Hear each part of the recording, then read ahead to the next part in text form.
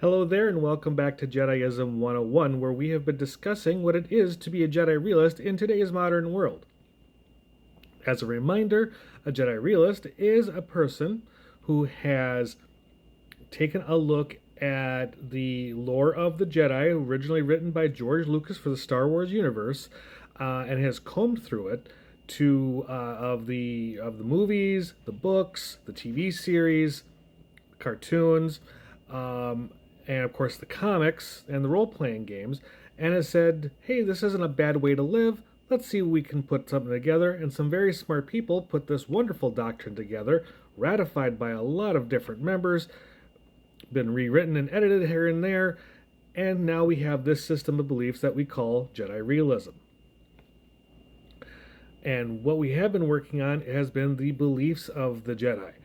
Now, before I continue on to this, I do want to apologize that I have not put a video out in almost 2 weeks. It's been a rough couple weeks, I'll admit. Even as a Jedi, well, as Qui-Gon said to young Anakin, trying to be a Jedi is not easy, and if you ever make it, it's a hard life. And honestly, life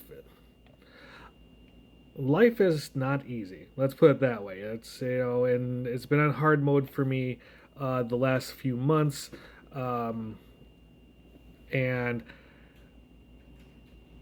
I have been doing my best to keep myself on the straight and narrow, and the energy to create these videos, well, wasn't there.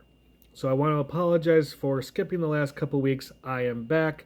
We have 3 beliefs listed left before I move on to the next subject, which I have to decide on yet as well. So the next belief that we have lined up here is that Jedi believe in the generally positive influence that most religions have had on followers and on society, with the exception of a handful of destructive cults which have had an overall negative impact on the world. Jediism itself is built on several different systems of belief. There are hints of Christianity, there is Taoism and Taoism, and there is the code of chivalry, there is Shintoism, there is mysticism. There is a lot of different things. And the fun thing is, because it has a base in a lot of these type of belief systems and stuff like that, it makes it so other Jedi or other people can come in with their beliefs, and it could intermix really, really well. So what I've always said is that religion can be a very beautiful thing of belief. It gives hope. It can be lessons of morality. It is a system of beliefs that you can base yourself on. Now, my Jediism aside, I'm agnostic. I do believe in a greater power. I don't have a word for it. I don't have a name for it. I know there's something bigger than me out there. I choose to call it the Force because, life creates it. It's what we listen to. Now, that being said, I'm also a 49-year-old adult male. So I'm a Gen X. If you haven't figured that out, I'm a Generation X. So I have a lot of different personal life lessons that I've gone through. I've been in martial arts. I am a Jedi. I have taken up fencing. I was a musician in marching band. I'm that, surprise, surprise, that gamer kid, that rolls dice on the weekends with his buddies. And I've been doing that for over 30, it has been 35 years. So, but there are things you take from that and beliefs that you kind of hone into yourself after a while. And by far, most religions, most systems of beliefs, most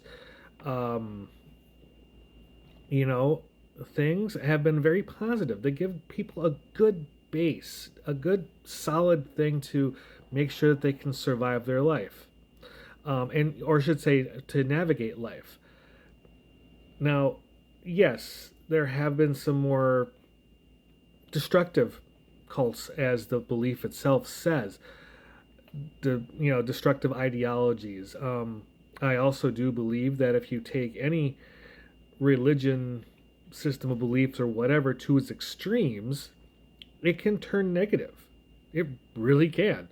This is kind of how we got the Crusades, and I'm not going to go into the history on that. You guys hopefully have read of that kind of stuff yourself. My family on my mother's side goes back as far as the Crusades, at least as far as I can find. So that's the example of my religion's better than yours and you're going to like it type of attitude, and that's where it got too far.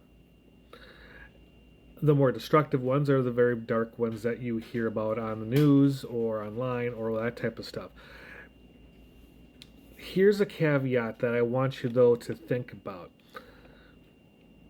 Even the dark ones, as destructive as they are, still have their place in society as far as morality and shaping goes. You cannot have light without the dark to keep it in balance. And you also can't have the dark without the light. Light will cast a shadow, and you will find people in that shadow who live there. It exists there. So they do have negative impacts on the world, and that balances it. And as Jedi, at least as my way of teaching Jediism, is always been a balance of discovery, of I guess, if you want to take it down to the Jedi lore, I'm closer to one of Luke Skywalker in Skywalker's Academy in Legends, where the dogmaticness of the Jedi in the prequel trilogy wasn't a thing because, well, Luke wasn't made a traditional Jedi, or made as a traditional Jedi. A lot of corners were cut by Obi-Wan and Yoda to get him ready to take on the Emperor and Vader. And everything he's learned since then has been what he can piece from other Force-based beliefs, because the Jedi and the Sith are not the only game in town. I remember seeing a comic with that exact page. It's like, hey, we ain't the only game in town. Find one that fits. So Luke's Jedi Praxium believed in studying a larger view. We'll take Palpatine's line here, studying not just the light but also the dark. The ancient Jedi that were that were created on Tython are a great example of ones that studied both the light and the dark, and were able to keep them in balance. And I think that I believe that people have to maintain that balance themselves. It's great to have a framework. Everybody needs a framework. You need a base to stand on. Just remember, in that head of yours is a brain. Use it. Not everything fits in the box that we want it to. And Jedi, if anything, are masters at thinking outside the box on things. We can believe in many different outcomes and ways of getting to those outcomes. Some of them are better ideas than others, I will admit. Plan A, that's great. That's ideal. Probably won't work. Somewhere along plan G is when things kind of start gelling together. Quick, dirty, and done. That type of deal.